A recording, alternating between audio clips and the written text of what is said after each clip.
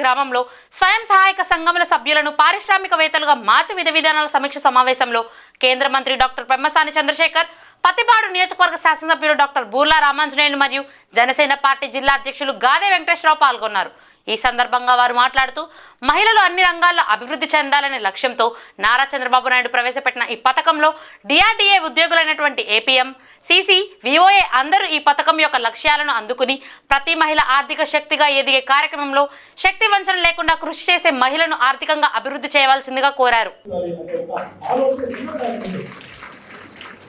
అలాంటి వ్యక్తిత్వం ఉన్నటువంటి వ్యక్తే కనుక నాకు షెడ్యూల్ ఉందా లేదా చూడకుండా అక్కడ ఆడవాళ్ళు ఉన్నారు, డోక్రా సంఘాలకు సంబంధించి కానీ ఎంటర్ప్రీనర్స్గా కొత్తగా చేయాలి అని ఎమ్మెల్యే గారు చెప్పగానే షెడ్యూల్ మార్చుకుని కూడా ఒక పెద్ద మనసుతో వచ్చారు. చూడండి, మంత్రి గారు జనరల్గా ఏమన్నా మంత్రికి వాళ్ళు షెడ్యూల్ వస్తే ఎప్పుడు రాదు, కానీ అక్కడ ఒక 200 మంది లేడీస్ ఉన్నారు, వాళ్ళకి మంచి కార్యక్రమం పెట్టారనగానే చంద్రశేఖర్ గారు ఏం మాట్లాడకుండా వాళ్ళ ఎస్ఆర్పీ చెప్పి పడుతున్నారు.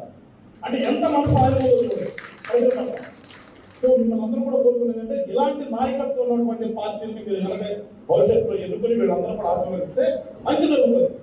ఇప్పుడు వస్తువులే చెప్పారు అక్కడ రాగానే ఎమ్మెల్యే గారు, మీ ఊరికి మెయిన్ రోడ్డు మీద నుంచి మీ ఊరికి రోడ్డు శాంక్షన్ అయినా 4 కిలోమీటర్లు ఇంటి వెళ్ళి అంటే అవుతుందన్న. అది పూర్తిగా సెంట్రల్ గవర్నమెంట్ ఫండ్ నుంచి చంద్రశేఖర్ గారి ఆధ్వర్యంలో ఆయన చేపించినటువంటి రోడ్డు అది. ఇక్కడ రాగానే ఆయన రోడ్లో పెట్టారు. అంటే ఎంత చెప్పు కూడా మనం ఆ ప్రాంతానికి, ఆ ప్రజలకి ఏమి మంచి పనులు చేయొచ్చు అని ఆలోచించేటటువంటి నాయకులు ఉంటే ఎట్లా ఉంటుంది ప్రభుత్వం. లేదు, నాకు ఓటేసి గెలిపించారు, నాకు అధికారం ఉంది, నేను ఏ సంవత్సరంలో ఏ రకంగా దోచుకోవాలి, ఏ రకంగా ఇబ్బందులు పెట్టాలి అనే నాయకులు ఉన్నప్పుడు ఎట్లా ఉంటుందని మీరు గ్రహించి రానున్న రోజుల్లో ఒక మంచి నిర్ణయం మీరు అందరూ కూడా తీసుకోవాలని చెప్పేసి మరొకసారి కోరుకుంటూ, ఇందాక ఎమ్మెల్యే గారు చెప్పిన విధంగా కానీ నా పక్కన ఉన్నటువంటి ఈపీ చెప్తున్నారు ప్రణాళికలు వేశారు. ఇవన్నీ కూడా మీకు వీలైన ప్రణాళిక మీరు ఉపయోగించుకోండి. ప్రభుత్వం ఎప్పుడు కూడా ఏంటంటే పల్లెటూరులో ఉన్నటువంటి ఆడవారిని అప్గ్రేడ్ చేయాలని ఒక ఆలోచనతో ఉన్నటువంటి ప్రభుత్వం.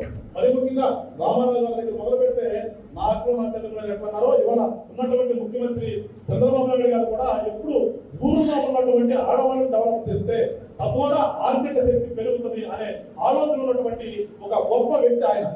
కనుక మీరందరూ కూడా ఉన్నటువంటి అవకాశాలను సద్వినియోగం చేసుకోండి. సద్వినియోగం చేసుకుంటే మీరు డెవలప్ అయితే మీ పక్కన ఉన్నటువంటి 4 కుటుంబాలు బాగుపడతాయి. అలానే మీరు నిజంగా ఎవరు చెప్పలేదు కదా, ఇవాళ ఉన్నటువంటి పారిశ్రామిక